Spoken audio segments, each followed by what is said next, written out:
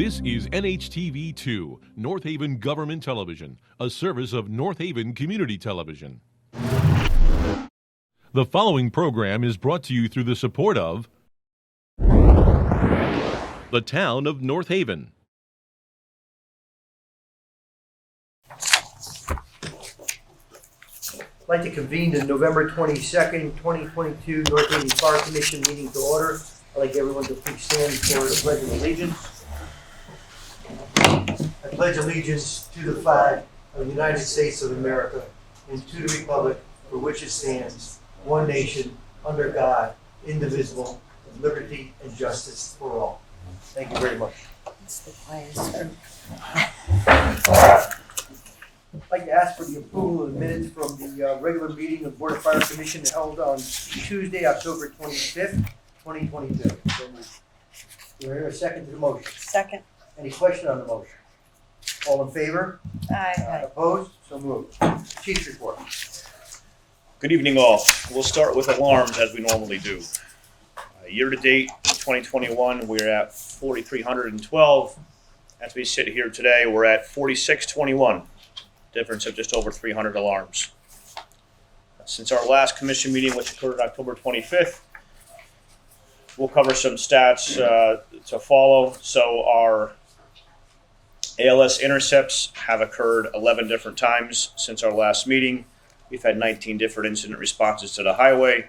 There were 91 incidents in which just an ambulance responded and there was no need for fire personnel to respond. 55% of our calls were EMS related. There were approximately 400 incidents, 94 of which were overlapping, accounts for about 24% overlapping incidents. I did run some mutual aid numbers as we've talked about in the past. As we are here today, our mutual aid numbers stand as follows. We provided mutual aid on 16 different occasions. We've received mutual aid on 14 different occasions. These are for fire incidents only. These do not include medical incidents. That covers the alarms. Regarding the budget, last year at this time we were at 44.1%. As we sit here today, we're at 39.8%. This brings us through the end of period 5, which would be the end of November. So we got about a week and a half still to go. Since our last meeting, we've collected just over 7,900 hours in fire fees. Brings us to just over $222,000 this fiscal year in fire fees.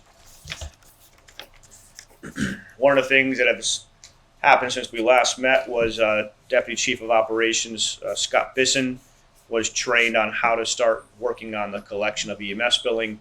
So that's something that he and I worked on within the last couple of weeks, and we started to pursue that again. Again, there will be no lost revenue because we have 12 months to recover any expenses incurred. The last time that bills and invoices were sent out looks like it was in June, so we caught up from June to present day. Regarding staffing impacts on the budget, I have one retirement that occurred on September 30th that we have not yet filled. We won't really be able to fill that position until the academy starts in February. So there's some promotions that will take place, but still at the end of the day, there's still an overtime incurrence.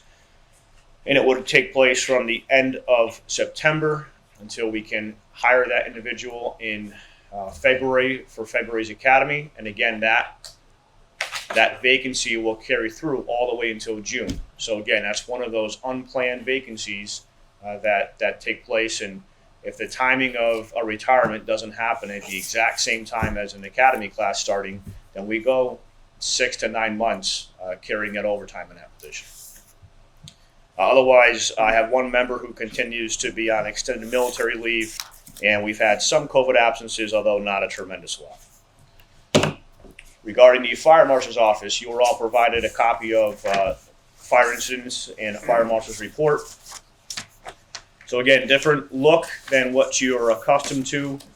This covers a new format. So October of 2022, you can see a number of inspections there. It looks like the monthly total inspections for October was about 70 inspections. 15 different code violations were found for the course of those inspections, 13 of which have been corrected, leaves 2 for us to follow up on. We issued 5 abatement orders. If there's any issue or questions on abatement orders, please let me know. 5 different plan reviews, 33 permits, and dozens of record requests. We were also included with a listing of various fires that occurred in the month of October alone. It looks like there's about 10 to a dozen fires there, some of which required an investigation, some of which didn't. But you'll see there a number of fires that occurred during the month of October. That covers the fire marshal's office, and I believe that concludes my report.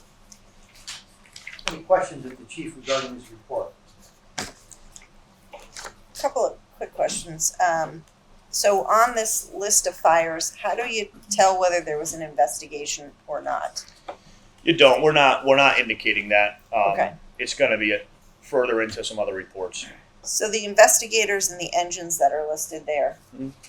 is that the engines that went to that fire, or is that just assigned as an investigator? What is that? So essentially, all staff are trained in determining if a fire is suspicious in origin or not, and if they have to call in investigators. So in that particular case, that's showing the unit that was responsible for determining if there was an investigator that needed to be called in or not. That's just for our tracking purposes. That's all that is. But it doesn't mean that only that one engine went. Not at all. Okay. And chief, the majority of those fires look like cooking, careless cooking. Yes. Is that correct? Yeah. Cooking fires and fires in kitchens are one of the top 3 places you can always find fires to occur in homes. Sure. We saw that there was a video that showed a fire that was on the side of a house that was pretty much fully engulfed. Was that a cooking fire as well? I don't remember No? that video. You have to. I'll have to look at it again Okay. to know for sure. Okay. Just a other quick question about the fire marshal's office. How is the fire marshal's office staffed at this point? So I oversee the fire marshal's office, and there is a full timer and a part timer, both paid through the consultant line. Okay. Any other questions of the chief's report? Yeah, I have a question on the incident report, type report. Has to do with the estimated loss for a vehicle fire. It's a $5,000 loss. And who estimates the loss? So it's one of those things where we can either get an initial estimate, and it's really not. There's nothing binding to it. It's really for some more of internal reports that take place. I have to give that number sometimes to the town, but it's a best guess estimate is what it is. Sometimes the insurance company will provide us some further details. We can go back in and update it. Other times we use either in a car fire, we'll use Kelley Blue Book, let's say. For homes, we go by the appraised value that the town has. Whether that's accurate or not, we don't know, but we need something to substantiate a value. So that's typically what we're going to use. So it's not done at the time of the accident or fire. It is. it is. It is done within a day or two, and then that's the only way that our initial staff and personnel conducting the report can do any kind of valuation is by just looking up some raw facts and then just leaving it there. But it gives you an estimation. Is all it's doing. Okay, thanks. Seems that fires have been on an uptick. Yeah, we've seen. We're still over 300 calls up right now, and we're still maintaining that low 50s percentile in EMS calls. We're still sending over typically about 100 incidents a month to just the ambulances, and you see that our call volume is still not declining. Right. So, same personnel, same equipment, more calls. Yes, I would say less personnel. Less personnel, Yeah. correct, with folks that are out, yep. Yep. Any other questions of the chief regarding his report? Hearing none, we'll move on to correspondence. Chief? Other than the routine day-to-day correspondence, the only thing I have here that I can pass around for you is a thank you letter from the town of East Hartford regarding some of the ceremonial activities we participated in for the funerals for the Bristol police officers. You're welcome to take a look at that. That's the only official correspondence that I received above and beyond the norm. Have any commissioners received any correspondence? Hearing none, we'll move on to old business of the fire department. So old business, I had a few things on my agenda. Do you have anything that you want to cover first? Go right ahead, Chief. Leased engine, we're still working on securing a leased engine. Don't have it yet. We're hoping to have it soon. There's some issues in trying to take delivery of it, not on our end, on the vendor's end. And then that's the short-term solution. The longer-term solution to that was to purchase a used engine. We continue to keep our feelers out there. We had a mechanic go out to Pennsylvania probably 2 weeks ago and take a look at a potential apparatus that we were considering, and it's not something that we should consider. That's the second one that I've seen in the last month and a half that I said, yeah, go for it, let's pursue it, and it's coming back not any good for us. It does seem that there is an extreme shortage of quality used apparatus out there. One of the theories the theory that we know is taking place is there's a number of departments in the same situation that we are, although a lot of departments have the appropriate number of apparatus all along where they have some depth and they can write down. That's not us. The other theory that I'm hearing is the incidents that took place in Florida with Hurricane Ian going through, and the fire departments down there that experienced a high degree of apparatus loss due to flooding. It seems that has saturated the demand of the market. So we continue to look, and I honestly don't know at this point if we're going to find anything in the near future or not. We should have the leased engine here shortly, and we'll maintain that as long as we need to. Chief, any further update as far as the new apparatus that we have on water? No news is good news. I'm going to go with at this point. We haven't been told of any further delays, so we're going to continue to just assume they're going to be here fall of 2023. Additionally, Engine 9, which is the apparatus that was struck on the highway in December of 2021, remains out of service. We've talked about that in the past. I do expect that to stay out of service for another couple of months. One of the things that are putting quite a strain on our fleet of apparatus right now. At any given time, I have only 4 engines in service. That's it for the entire town. I had the opportunity during the retirement get-together for Deputy Chief Magrelli to speak to our engine supplier, if you will, repair person over here in North Haven. He just reiterated what you've been saying right along. It's so difficult to obtain parts for these older pieces of apparatus that we have, and it just creates a major issue. He was very forthright in indicating that he knows our dire need to get apparatus back when it's in for service, and he said that he puts North Haven ahead of the line. I was very appreciative of that, and I thank him for doing that.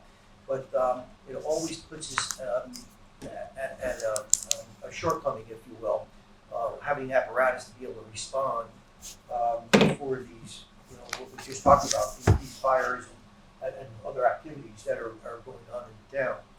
So it's a definite issue for us. It's starting to impact our relations a little bit with some area towns as well, because a recent fire last week, I can normally call back career staff and have them staff an engine that we have that didn't respond to the scene. And in this case, that was very hard for us to do because almost every engine that we had responded to the scene, and we were really struggling with what we had left to cover the town, and we relied on a surrounding town to provide mutual aid standby at a station much longer than we normally would.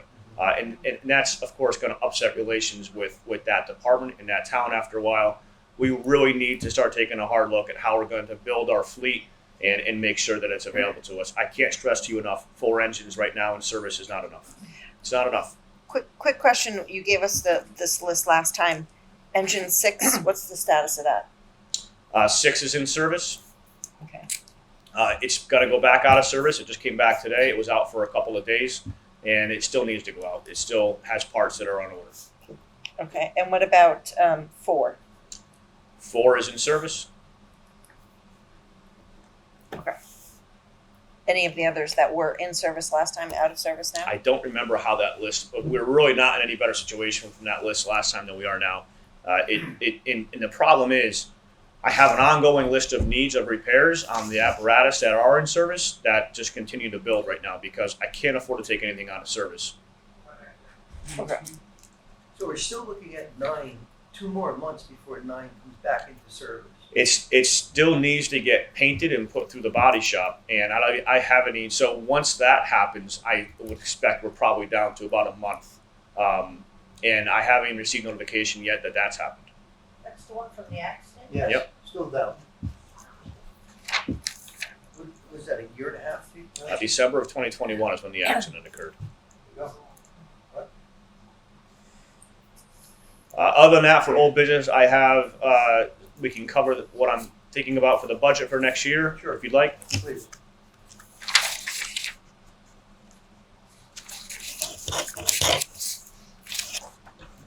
And when does this get presented to?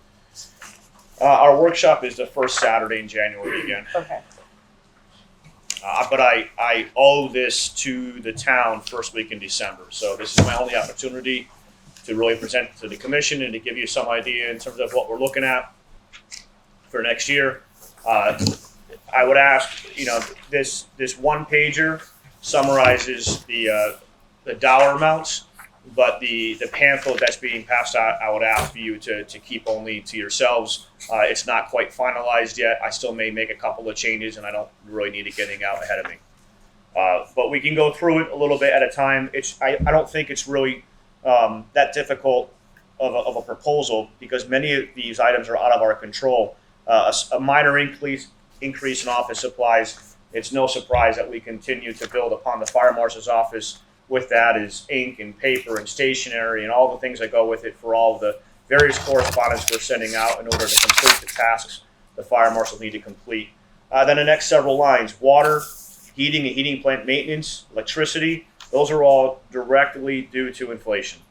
I'm expecting the water to increase. I'm expecting the gas to increase, electricity, and so forth.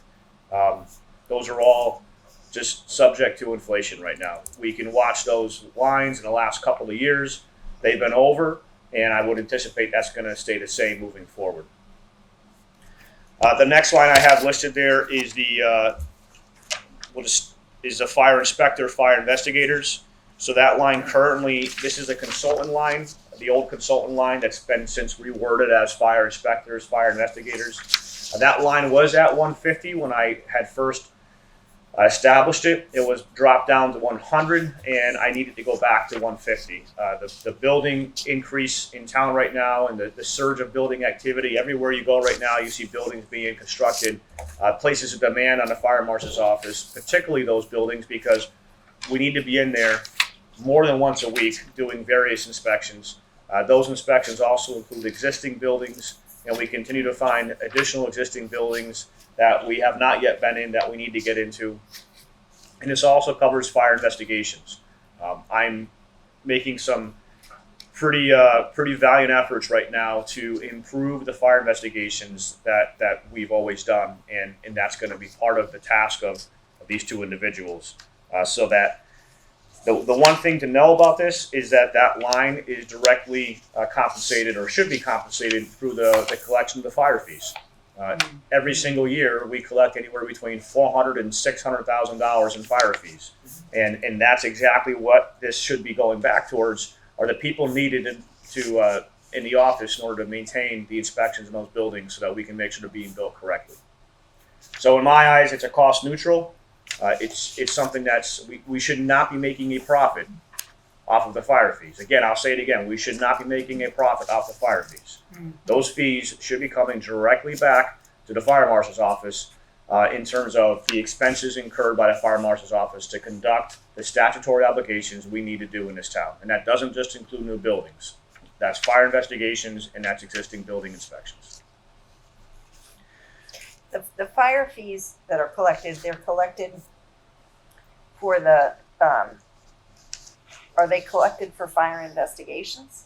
They're not. No, but it's still something that the fire marshal's office statutorily has to do. has Yeah, I just was trying to figure out, so it's more for the inspections of new construction. Yeah, but the fees are intended to cover the fire marshal's office. They're not supposed to be a one-for-one kind of thing. Okay. Obviously, the last thing we want to do is put a building on delay for being built or for being inspected because we have fires we have to investigate. So that's Right. why it's an all-inclusive line line to take care of that office.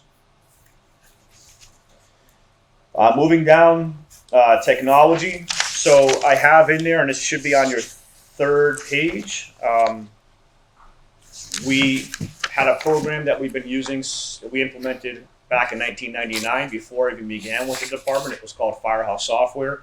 It tracked everything about the North Haven Fire Department, and it was pretty well-known program. It's used by dozens of fire departments in the state. In fact, I would probably go on to say up until last year, probably 3/4 to 2/3 of the state used Firehouse Software. Unfortunately, it is no longer being supported, and it's being it's no longer something that we have available to us. So last year, I advocated to increase that line by $10,000 because we were considering a number of different vendors to pursue a replacement for this. We've identified one. We can incur the expense with the increase that we took on last year, but there are some additional options that I think are very beneficial to the community that I think we should pursue, and that's what this technology line increase would cover. And you can see there, I've highlighted in your packets some of the additional add-ons that I think would be particularly of interest to the community and to the department. There's obviously some financial impact for us to purchase them, but I would need this line to increase in order to do so. Community Connect is an incredible feature that allows anybody in the community to basically alert the fire department to something in their home. So whether it's a lockbox, whether you have a handicapped individual in your home, whether you want to let us know something unique about your home that we should know about prior to getting there, that's an option right there that allows us to have that interface where we can see exactly what you're saying about your home, and we can see it while we're there on scene and even prior to arrival. But there's a mechanism in place that needs to be built out for that to be successful, including staff on my end, which we have in place, that can validate those requests coming in so that there's some continuity to what we're seeing. Pre-plans is something that we really need to take a look at doing. So we know that this, what we call like shape files and sort files on GIS data, the landscape of our town is constantly changing. It's incredibly important for us to be able to respond to an incident and have the most current shape file show up from a GIS data point that shows exactly what we're going to, so that we're not going there looking for a house that's supposed to be yellow in one floor, but that's the last time that photo was updated. Since that time, the homeowners put on an addition. The house is now white and it's 2 or 3 floors, and we're driving on the street looking for a yellow house with one floor. We can't always rely on house numbers. They're not always readily available. So things like that are what allows this to be so important, is having that GIS interface. And the last option on there is hydrant management. We are supposed to be inspecting hydrants twice a year. We try to right now, although we don't have a very good way of doing any record keeping for it. And this is a requirement, or it is a requirement for us from the water company, and it is also something that we can do in order to improve our ISO rating for the town, which we currently are at a 3. I'd like to get us down to a 2. That will save some property insurance on the various residential and commercial properties in town. And tracking hydrants is going to be one of those things that really get us closer to getting that score of a 2 moving forward. But obviously, I can't purchase those modules unless that line increases. Medical supplies, pretty straightforward. Medical supplies are increasing because the cost of everything is increasing. One of the things that I was able to see as well was we're going through a lot more overdoses. And because of that, we're administering a lot more medication than we normally do. And we have to be able to replace that medication. Contractual replacement staffing is on there as well. This line, believe it or not, is only going up $60,000, and that is a savings. One of the things that I was able to do for next fiscal year is capture the savings of the 2 additional firefighters that we're hiring in January. That will begin the academy in February and be online in June, July, in time for all of next fiscal year, which is what this budget takes care of. So because we're going to have 2 shifts with 11 firefighters on it that will run down to 10, this line is only going up $60,000 when in fact the line should be over 1.1, almost 1.2 million. It's going to stay at 948, and that's directly because of the additional hires that we're able to put on those two shifts. Again, we projected about a $90,000 savings by just putting one extra firefighter on a shift, a common occurrence in many other departments, and it's something that I really think we should continue to pursue. So that line is going up by just $60,000. The overtime line is only going up by the anticipated wage increase, so that's a very small increase. And then there's personnel adjustment, which you see on your main page.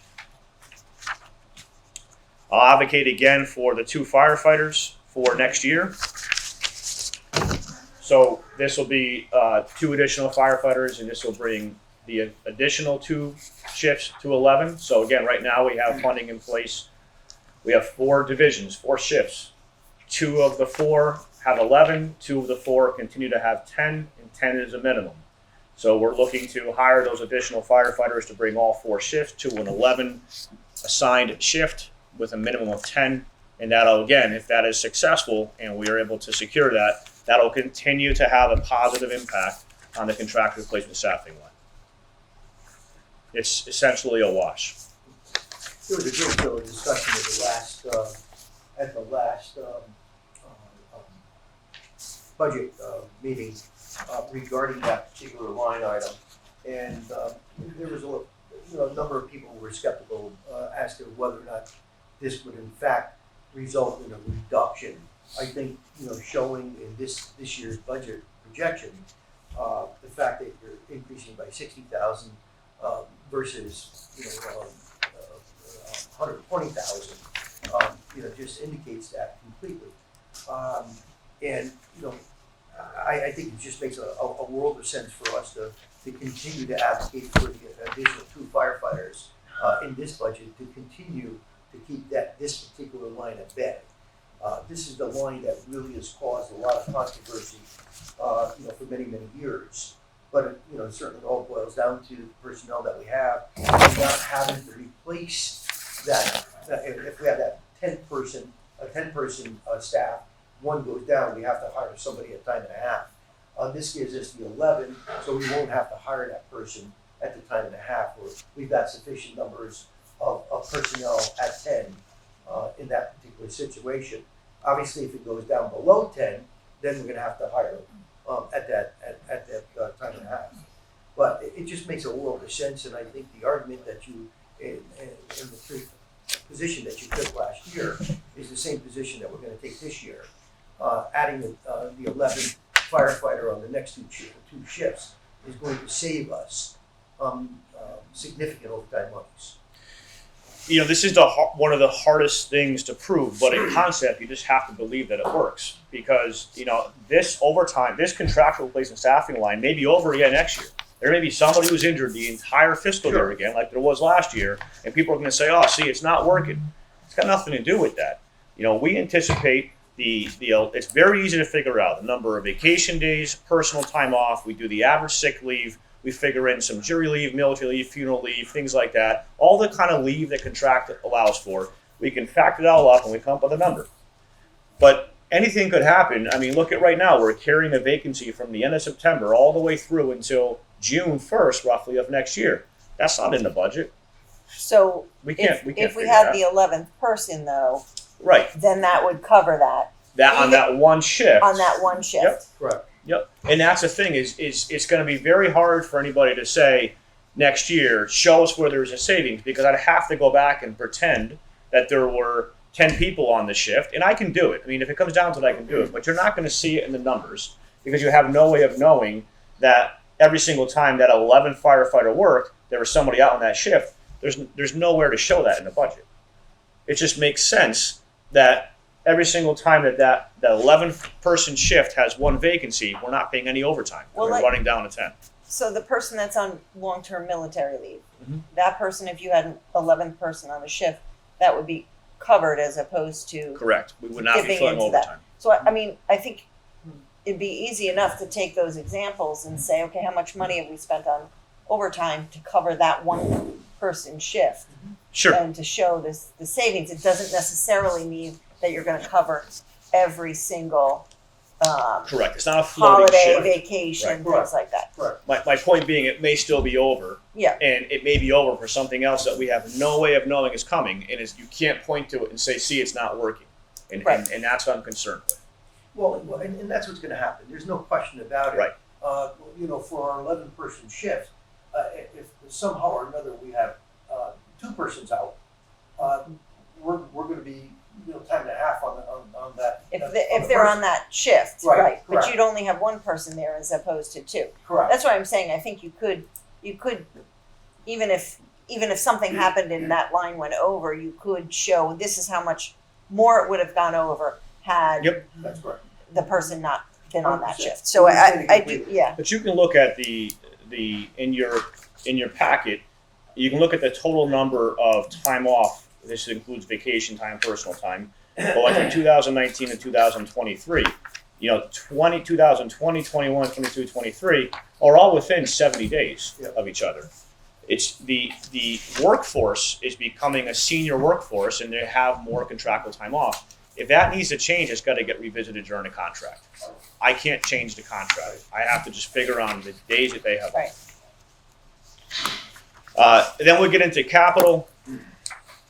So as we normally do, there is a 5-year capital plan that we put together. And then that is a last page. And then the 2 pages prior just cover the capital request specific for this year. So if it appears in 23-24's column, then the 2 pages prior cover some detail on what that is. In brief, again, we still need administrative vehicles. We don't have enough. I can't. It's really foolish of me to be putting fire investigators and inspectors in retired police cars that they retired 6 years ago because it wasn't any good for them anymore. We painted red and we've got a fire inspector driving around in it. I mean, I can't even begin to tell you. When we pull up to these job sites, we get laughed at because it looks ridiculous. We need to do a better job of that. We're collecting $500,000 a year in fees. Only half of it is even going towards positions right now. The rest of it should be going towards the equipment and the vehicles that we need in order to respond to the site and do our job. We shouldn't be taking retired police cars, and that's what we have. So I continue to need these vehicles in order to staff chief vehicles so that we can respond to calls, and inspectors and investigators we can go to construction scenes and fire scenes. We have hardly any cars. And that's an argument that we continue to bring to the table on an annual basis, and you know, I think we all on this commission have been advocating to allocate those monies that are generated by the fire department to underwrite cost of capital that we need, whether it be command cars or equipment. For some reason or another, that has fallen on deaf ears, and we haven't had that opportunity. Maybe you know, we need to do a better job in articulating this message to the Board of Finance and to the public, so Yes. that they understand. As I said last meeting, I mean, all of this is to better benefit our residents, so that we can perform the quality customer service that they deserve. But in the meantime, we're generating these revenues that could in fact and should in fact underwrite the cost of these capital Should, improvements. yeah. Should, yeah, as some other departments do. Where does the balance go? General fund? I'm assuming into the general fund, Pat? Yeah, that's what I would think. Yeah. And- You know, you were on the Board of Finance, so I know. In the year that we collected the $1.2 million because of Amazon, nobody, you know, that's an off year. Yeah, right. But again, there was nothing else provided to the fire marshal's office then than any other year. One other quick question, because we talked about this last month when we were talking about the apparatus, the mechanic. Yep. So that's coming up. I promise. Yeah. Yeah. Okay, Education equipment is in the budget for next year for capital. Fire apparatus installment plan is going to be the second payment for the 2 engines that will come due next fiscal year sometime. And then a life pack, which I have pictured there so that you can kind of see. I'm starting to put pictures in here now. So that'll at least draw some idea of what we're talking about. But as you recognize, that's something that comes in with us on every single call that a paramedic is going on. We have 3 of them. We need to always have 3 of them, but one of them is still the original one that we purchased in 2009. And when it's something that's going to save your life, you kind of want to make sure that it's a little newer than that. These have to be sent out pretty regularly for testing and for calibration and for quality control. And so when we send out one of our 2 newer ones, we put this one in service, and I just don't think it's safe anymore. We saw that life pack in action during the training. Yes, Hugely impressive. yes. Hugely impressive. And, for any of us in town, who might in fact have a cardiac issue or a significant medical issue, we want to make sure that life pack is working at 100%, because it just is able to communicate all of your vitals to the hospital. The paramedic certainly is aware of what's going on in order for them to save our lives.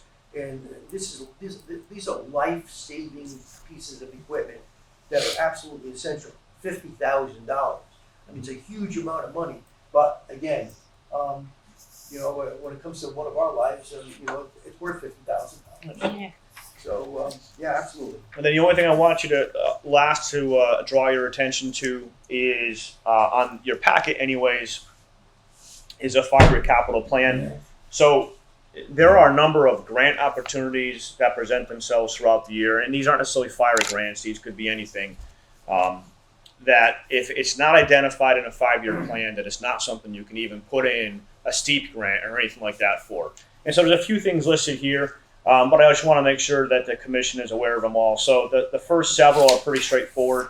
The fire training garage is something that we're hoping to secure some grant funding for, and that's needed up there so that at the training center, so that we can house a CERT vehicle, put a training engine in it that doesn't have to be in service to actually respond to calls, but can stay right there on Washington Avenue at that station and allow the firefighters to train, so that when there's an incident that comes in, we're not trying to hurry up and put everything back on the engine to respond to a call. Mistakes happen that way. So we should be able to do that. And then that's where we should be able to put a mechanic eventually, is in that bay. Let me interrupt you one quick second. And it's an important comment that you just made. We're now technically taking equipment off of active apparatus for our firefighters to train, rather than having equipment on an apparatus, a training apparatus. So, could you imagine all of a sudden a major issue comes in, and our staff are training at the training center. Now we have to put all of that equipment back on the apparatus and get out to the call. I mean, it just seems counterproductive. So I think that makes a horrible sense, Chief. It does, and it can be one of the older engines that we begin to part ways with, but nonetheless, we need a place to house it. It can't stay outside. Right. Yeah. And I don't think that's a very big ask. We already have approving from the zoning department to actually install that structure on that site. We just need the funding to be able to do so. SCBA's. So you'll recall, perhaps, when I became chief, we upgraded all of our self-contained breathing apparatus, which are the air packs we wear into fires.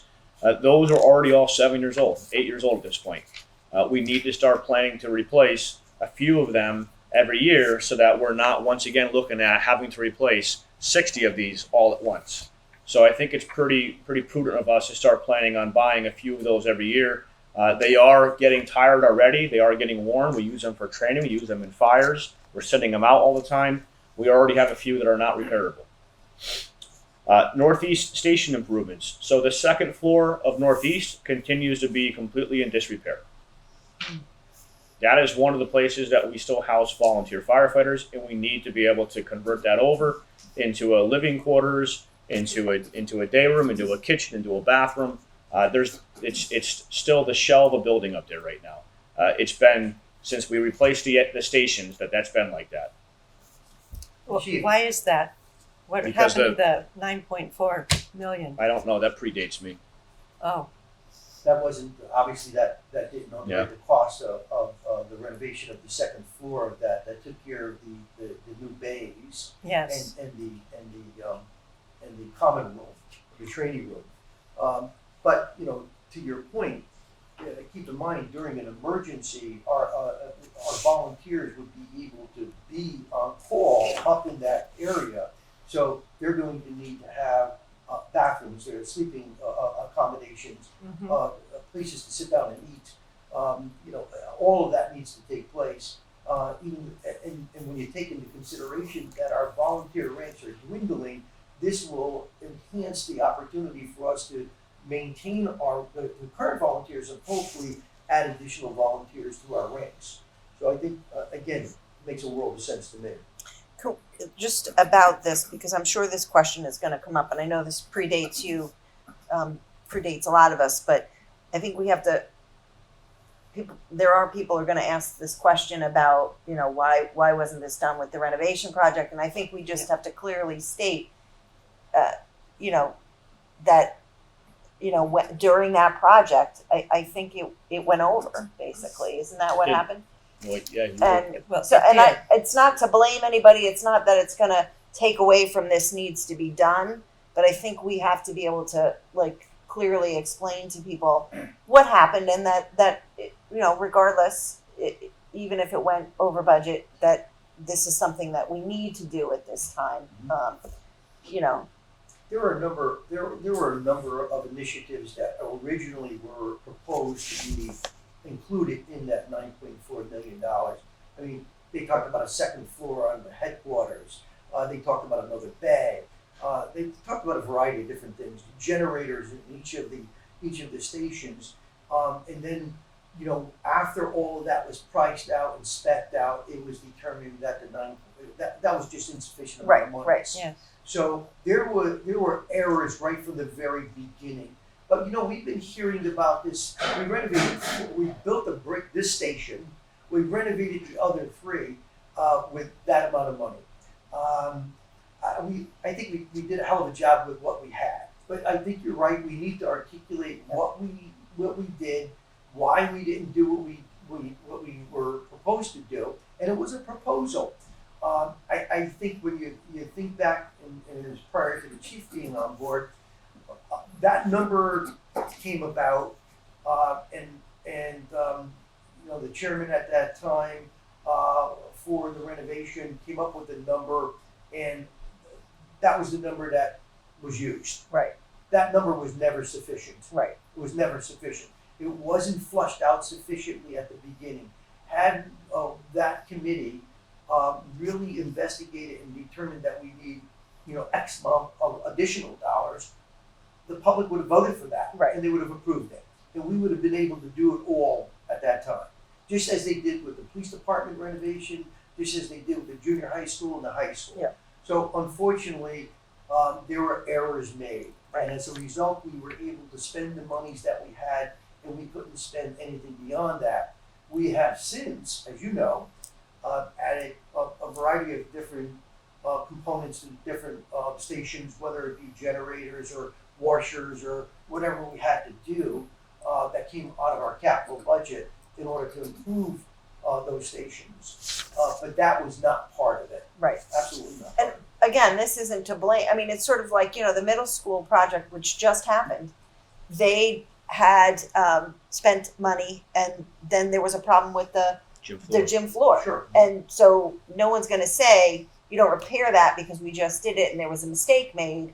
Yeah. You repair the floor. So I don't think this is saying that it's not worthwhile, it doesn't need to be done, but I think we just need to be able to explain to people exactly what you said so they understand, so that it doesn't become really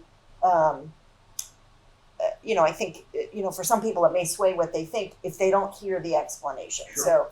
So We've been hearing this for years. right. Since we've done this. I mean, we've said all of this. Right. It was insufficient monies to begin with. We did the best that we could do with the money that we had. Had we asked for more, we would have gotten more. Right. I believe our residents would have approved more during the referendum. However, that wasn't the case. And I do think you also have to look at, it was, how many years ago was the renovation done? It was probably funding back in 9-10 years ago. Okay, Yeah. so I mean, At least. this is something that wasn't done, but I mean, I think you can't keep saying these are new buildings, they're new buildings. They're not new buildings. saying that, we're not saying that about the high school or, Right. so, I think there's some folks that want to keep on bringing it back as if it's a new building.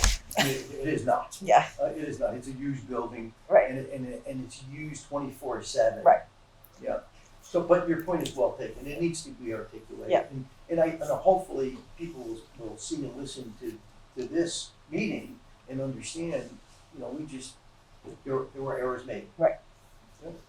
A few other remaining items, and these are, again, this is a 5-year capital plan. So when we start talking about these projects, they're going to move around a little bit, but I need people to start thinking about that.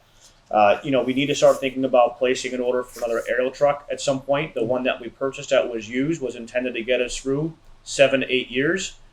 It's already been 3 to 4. When we go to place that order, it's going to be 3 years from now, and then by the time it gets here, new apparatus right now are about 2 years out. So any order that you place, and I don't know that at that time that's going to be the case or not, but I need people to start thinking about it, which is why you see on there another engine, another ladder, because we need to start thinking about that. By the time 24, 25 comes around, one of the engines that's on your list is going to be 25 years old already. And then a brush truck.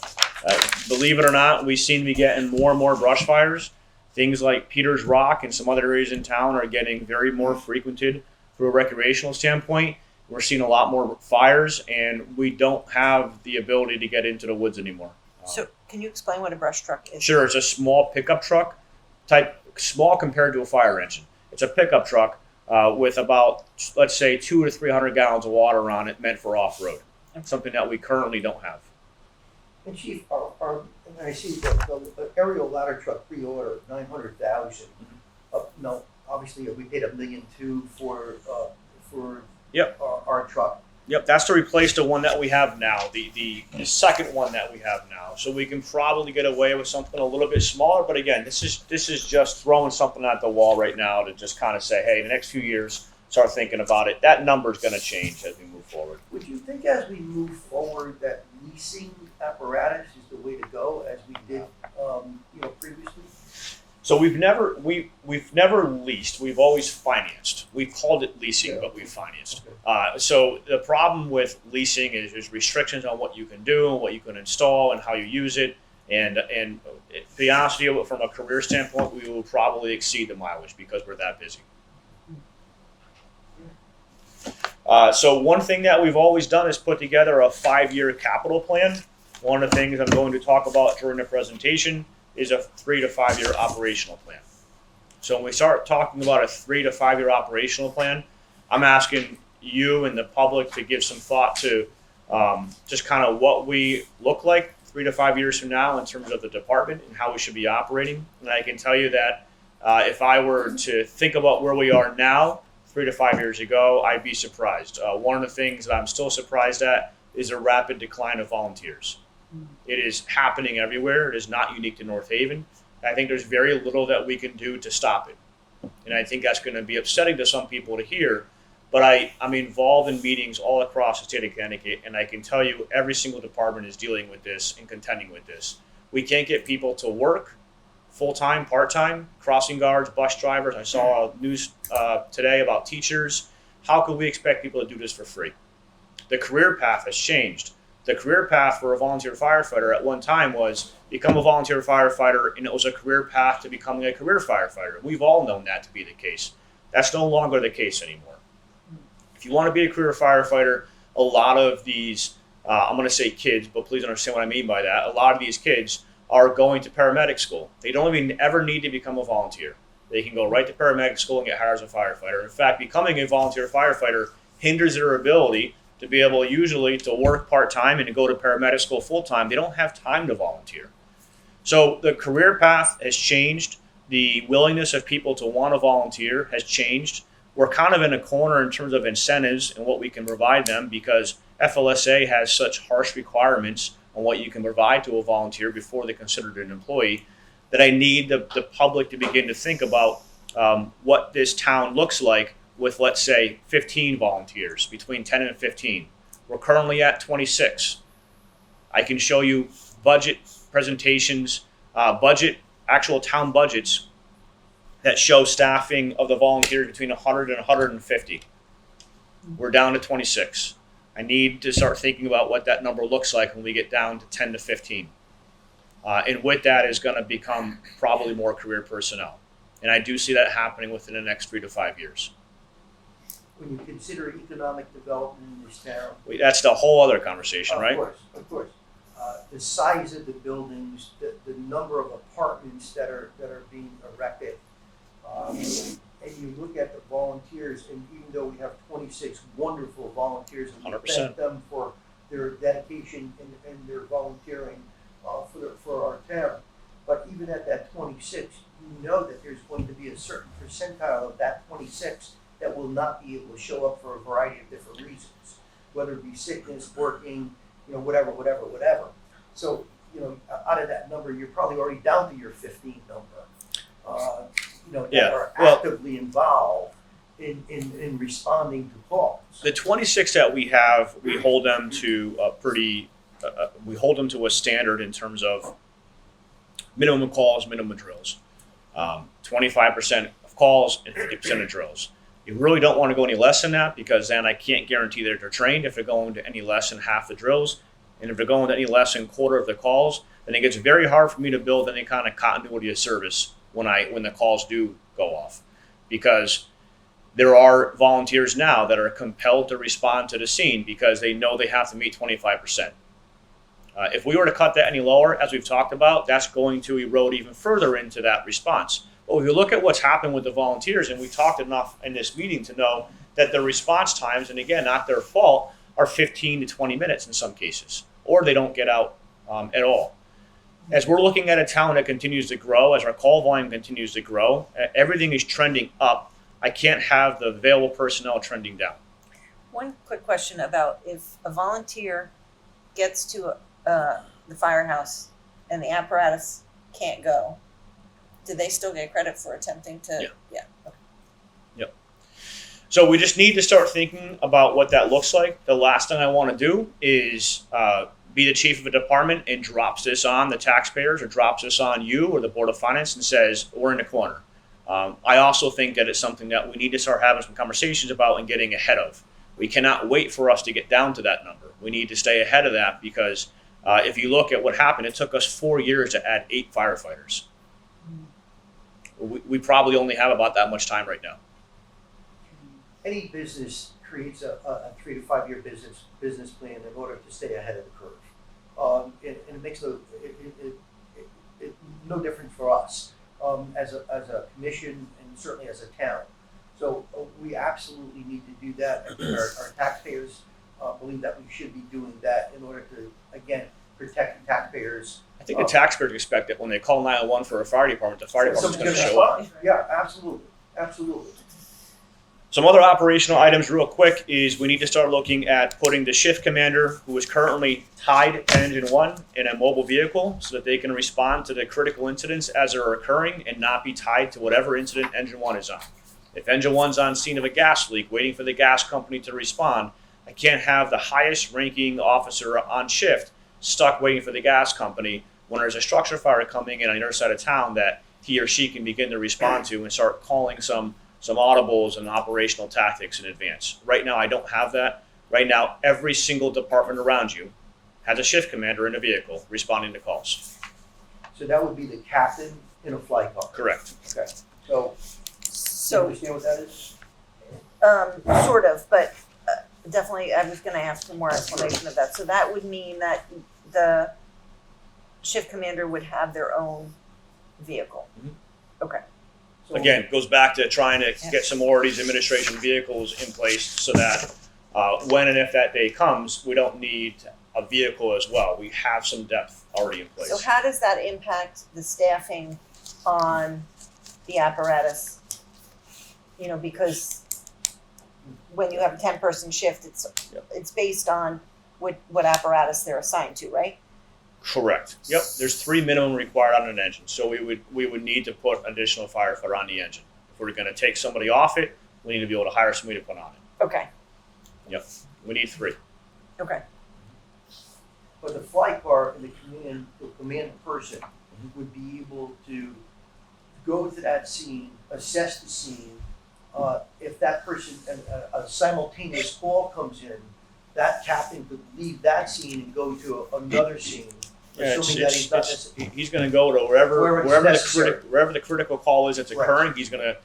He or she's going to get there ahead of time and call off apparatus that are responding, or call additional apparatus to respond based on what he or she is seeing when they get there. Make critical decisions in terms of placement and operational tactics. That once the captain gets there right now, if an engine, this big giant engine parks, we're probably not going to move it again.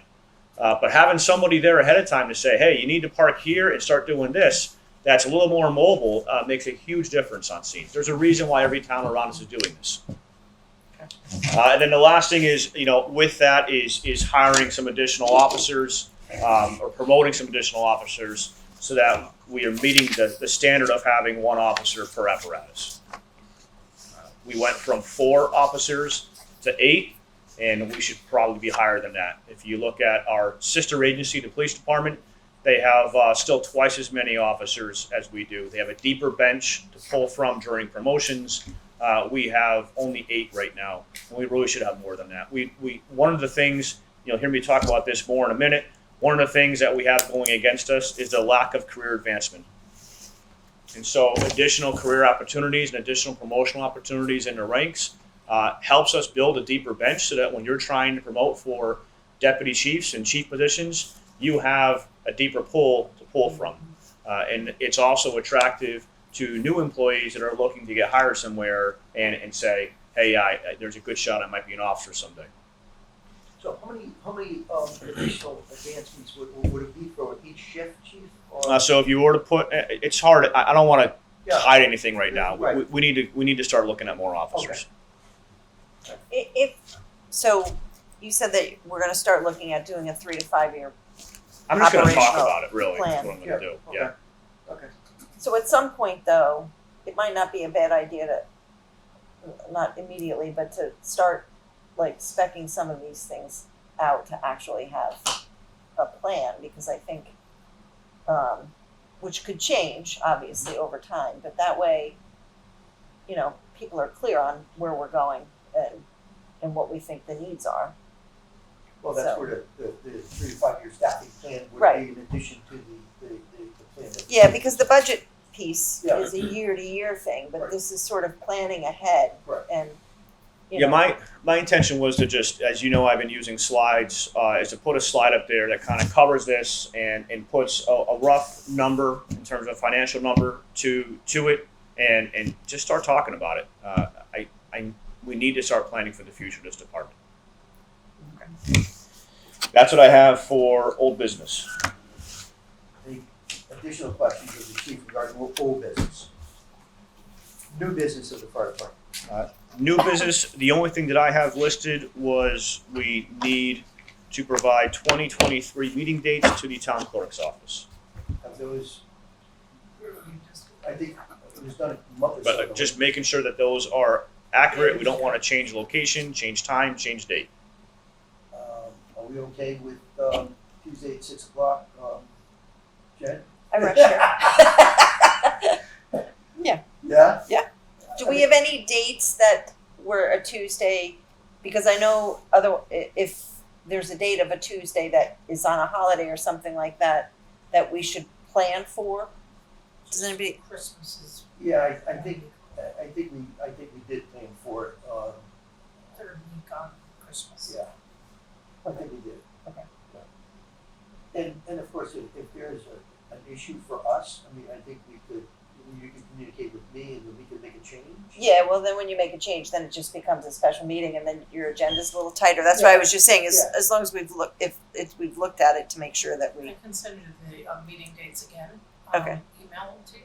Yep. And text them to you. Yeah, that'd be great. And then if you guys agree, the next month we'll just approve them again. This way you know that we all set for Yep. January for sure. Yep. They want it for the calendar.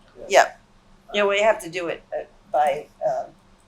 Yeah. You have to do it by a certain time. So I know it was already submitted, Yeah. but if you'd be kind enough to send it out Yes, we so send that it we out. can take another look at it. I thought we really delved into it, we thought it was okay, but we'll take another look at it. Anything else, chief? For new business, no. Okay. Go to the department. Good to the department. I just want to congratulate Deputy Chief of Administration David Marcarelli. He retired last week. His last day was Friday. He served us for 28 years as a career firefighter. He and I have been talking for a couple of years about his departure and what it looked like, and he had a few opportunities that he had considered, and then this one came up, and he couldn't turn it down. But again, he's been looking at leaving for a few years now. We've been talking about it. It didn't come as a surprise, although it still is. It always feels like it's bad timing. So we wish him luck. He was a dear friend, and he's had my back for 8 years. And, you know, just to speak on that particular issue, I attended as well as Pat Brown and Mary Jane, and then the retirement get together for Chief Maccarelli. And you know, I mentioned that he has coached and mentored all of our firefighters, our volunteers, and his legacy is carried on. He's made his mark in life. He's done a marvelous job. He has dedicated his career to the residents and the business owners and visitors of the town of North Haven and the fire department, and we thank him and his family for his service to our town.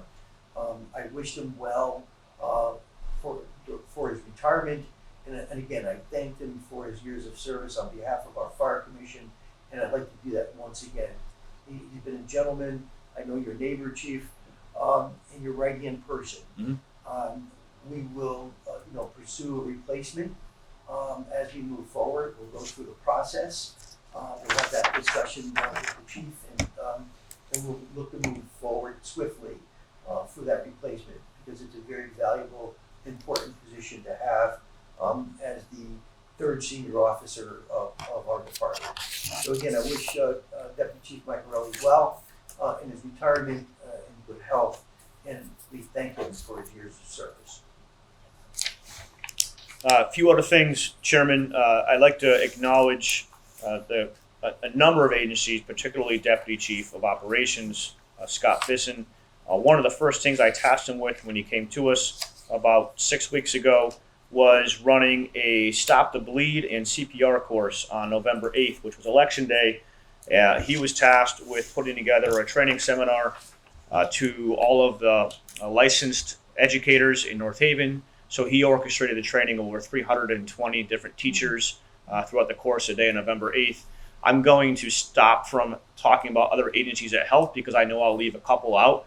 But it was a monumental task to get that many people trained to occupy 10 to 12 different classrooms, 70 mannequins, all of the equipment that had to go, all of the instructors we had to keep for certain ratios. There were over 41 instructors on site, and from various agencies around us, some of which donated and volunteered their time. So we're appreciative of that. We look forward to doing it again in a couple of years from now.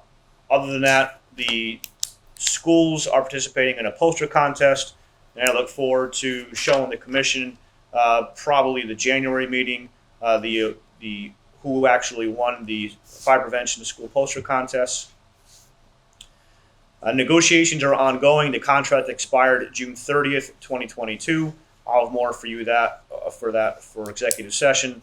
And last, I want to bring the commissioners up to speed quickly on hiring. And I'm doing this in this session specifically. So we currently have 3 different hiring lists that we're trying. We have an internal hiring list, a lateral hiring list, and medics. One of the things that we need to start to think about is our inability to attract career firefighters. So on the internal side, I have 2 interested candidates. They both need to pass CPAT. They're both hoping to do so soon. And they are both paramedics. On the lateral side, it was disheartening to see that we only had 1 lateral applicant from the entire state. I extended that for several weeks. I believe that is a little alarming in terms of perhaps how the compensation and the benefits compare to other departments in the state when you only have 1 lateral applicant.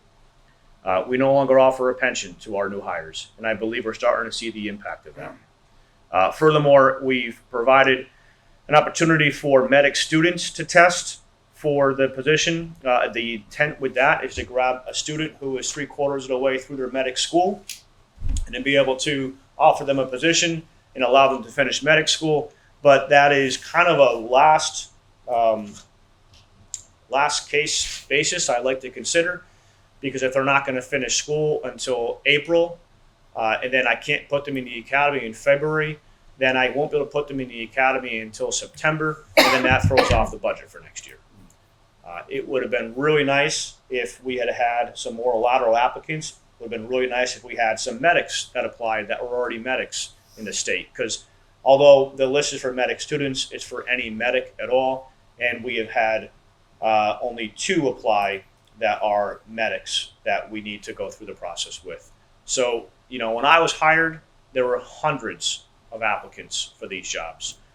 We're down now to 5. And a lateral would be someone who didn't have to go to the fire academy? Correct. Someone from another department. And then the internal is, Internals are all volunteers. are the volunteers, okay. And then what about, we talked about last time about the The medic list. different The lists. consortium list. So we retired the medic portion of the consortium list, and we said that we would go out and put together our own medic list. And I only have 2 applicants at this Okay. time. Okay, We need to hire 4.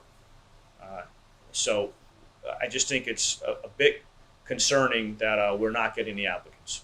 and are the medics the EMTs? No, medics are medics. So they have to be They're paramedics? Oh, do they have to be? They have to be at least an EMT. On the laterals, I was accepting an EMT or a paramedic, and we only had 1 applicant. Okay. That's what I have for good of the department. Any questions, Chief? Next is public comments. No one here to offer any public comments. I'll ask for a motion to move into executive session. So moved. Can I hear a second? Second. All in favor? Aye.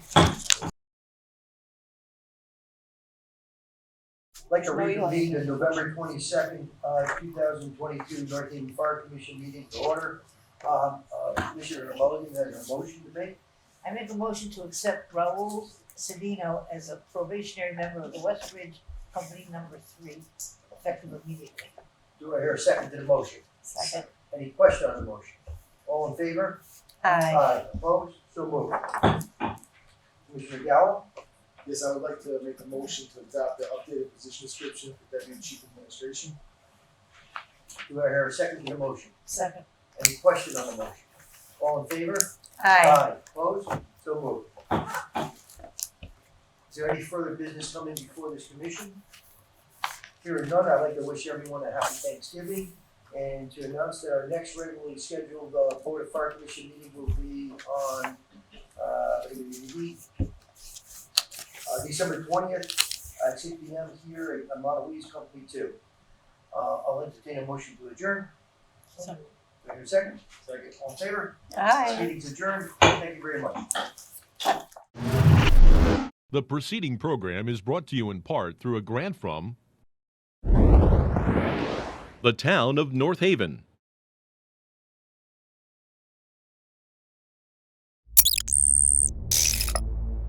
Watch town meetings or other videos on demand at nhtv.com.